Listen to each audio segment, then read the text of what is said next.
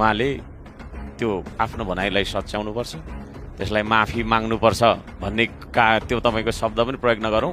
उहाँले आफ्नो भनाइ सच्याउनुपर्छ, हामी यो माग राख्न चाहन्छौँ।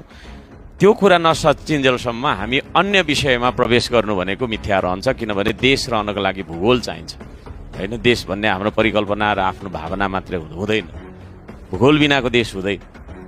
त्यसो भएको कारणले गर्दाखेरि हाम्रो भूगोलमा होइन विभिन्न खालका छैन बेला बेलामा भइराखेका अतिक्रमणहरूको विरुद्धमा संरक्षणको रक्षाको नीति लिनुको साटो अहिले हामीले जे खालको चाहिँ के अरे सुनिरहेका छौँ प्रधानमन्त्रीज्यूको मुखबाट, त्यसले हामी अत्यन्तै धेरै दुखी छौँ, आक्रोशित छौँ, आन्दोलित छौँ। अहिले सडकभरि आन्दोलन भइराखेका छन्। त्यसो भएको कारणले गर्दाखेरि यो देशको शान्ति सुरक्षाका लागि पनि उहाँले आएर आफ्नो वचन सच्याउनुपर्छ। म त भन्छु नेपाली आर्मीलाई, नेपाली सेनालाई सेनामा लगेर तैनात, तपाईँको सिमानामा लगेर तैनात गर्नुपर्छ। नेपाली सेनालाई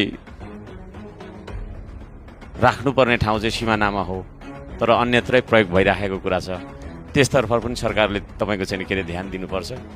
र उहाँले भन्नुपर्ने कुरा चाहिँ अरू मन्त्रीहरूले, परराष्ट्र मन्त्रीज्यूले अथवा कोही कसैले अरूले आएर सच्चाइ दिने भन्ने खालको कुरा पनि मैले सुनिरहेको छु। त्यो पनि हामीलाई मान्य हुने छैन। उहाँको मुखबाट निस्केको त्यो जुन छ होइन शब्द, उहाँकै मुखबाट निस्केको शब्दले सच्याउनुपर्छ भन्ने माग हाम्रो। म यो कुरा राख्न चाहन्छु।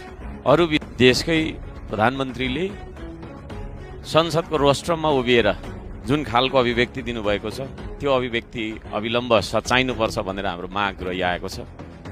तर यतिका दिनसम्म सदनलाई स्थगित गर्दाखेरि उहाँले कुनै किसिमको वक्तव्य पनि निकाल्नु भएन। आज यहाँ उहाँ आउनु पनि भएको छैन, आउने छाँटकाँट पनि छैन। र हामी चाहिँ अरू कार्य तपाईँको चाहिँ सूचीमा प्रवेश गरौँ भन्ने खालको सभामुखज्यूको जुन आग्रह रहेको छ, यो हामी स्वीकार्न सक्दैनौँ।